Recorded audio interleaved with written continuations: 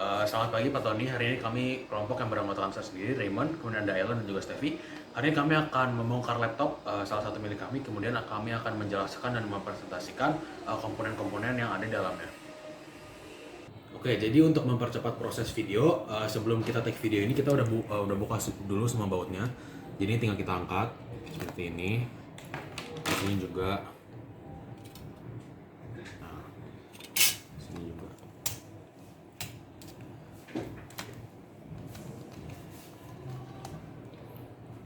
Oke. Jadi yang pertama-tama kelihatan jelas pasti motherboard. Terus di motherboard ini ada CPU. CPU yang seperti kita tahu ini tuh otak di laptop ini yang dia itu buat mengelola semua data dan juga menjalankan instruksi dari sistem operasi dan juga aplikasi yang ada di laptop ini. Terus CPU ini juga mengontrol komponen-komponen yang ada seperti RAM, GPU, SSD, HDD. Pokoknya semua itu dia yang atur. Jadi performa laptop itu tergantung pada CPU-nya. Kalau laptop ini itu kita pakai Intel i5 8250U dengan 4 core dan 8 thread. Terus di sampingnya sini ini ada GPU atau Graphic Processing Unit. Jadi di sini itu kita pakai AMD Radeon 550. Ya seperti namanya grafik, dia itu berfungsi buat mengolah dan menampilkan grafis baik untuk tugas visual sederhana seperti nonton video atau mungkin nampilin foto atau mungkin sampai tugas-tugas yang berat seperti rendering video, rendering game 3D dan berbagai macamnya. Terus di sini kita juga ada baterai. Ya seperti pada umumnya baterai itu berfungsi buat menyimpan daya. Karena seperti yang kita tahu laptop ini kan portable, jadi dia nggak harus terus-terusan ke connect langsung sama aliran listrik supaya dia bisa nyala.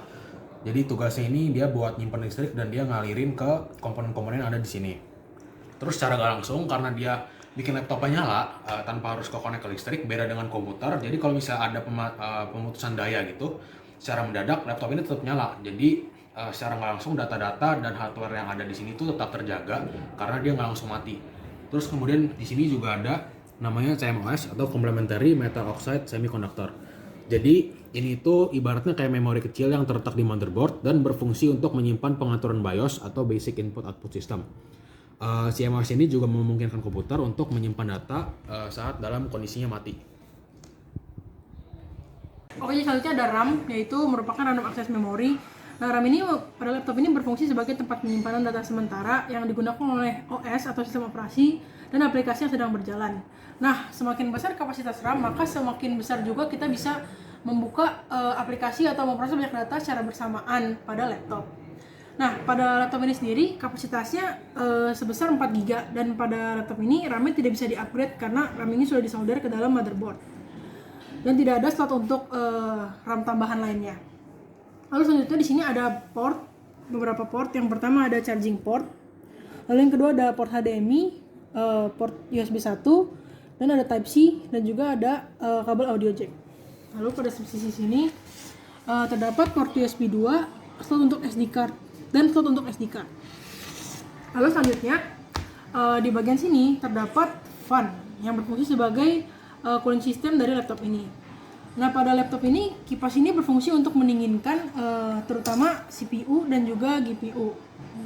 Karena seperti yang kita ketahui pada saat laptop ini menyala, otomatis pasti CPU dan GPU ini mengalami kenaikan suhu yang bisa mengakibatkan kerusakan pada bagian-bagian lain apa jika terjadi overheating. Maka dari itu kipas ini berfungsi untuk mendinginkan atau menurunkan suhu dari komponen-komponen yang terdapat pada laptop ini. Nah, kipas ini bekerja dengan cara mengalirkan udara melalui ventilasi untuk mengurangi suhu laptop. Lalu di sini ada speaker. Pertama ada di sisi kanan dan juga sisi kiri. Lalu ini ada untuk koneksi dari laptop, sehingga kita tidak memerlukan kabel. Jadi ini wireless. Oke, pertama di sini ada motherboard. Jadi motherboard itu fungsinya untuk menghubungkan semua komponen-komponen utama seperti CPU, GPU, kemudian penyimpanan seperti SSD dan juga HDD. Nah, komponen-komponen ini terintegrasi melalui motherboard untuk memastikan bahwa komunikasi datanya lancar dan juga terdapat distribusi dari baterai. Nah, selain itu, motherboard ini adalah fungsinya mengkoordinasikan semua fungsi laptop agar dapat berjalan secara lancar. Kemudian di sini kita punya HDD atau hard disk drive, fungsinya sebagai media-media penyimpanan untuk sistem operasi, aplikasi, kemudian kebutuhan-kebutuhan pengguna untuk misalnya menyimpan dokumen, video, dan juga foto. Di sini kita juga punya namanya SSD atau Solid State Drive. Di sini itu kita punya slotnya tapi nggak ada SSD-nya. Nah, SSD itu fungsinya sama seperti HDD, yaitu untuk menyimpan sistem operasi dan juga dokumen-dokumen lainnya. Akan tetapi karena tidak ada, jadi semuanya disimpan di HDD. SSD ini lebih efisien, lebih cepat, hemat baterai, dan lebih tahan guncangan daripada dibandingkan dengan HDD.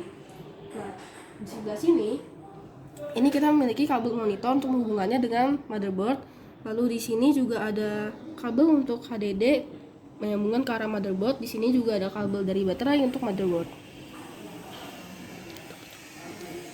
Oke, sekian dari penjelasan kami. Terima kasih.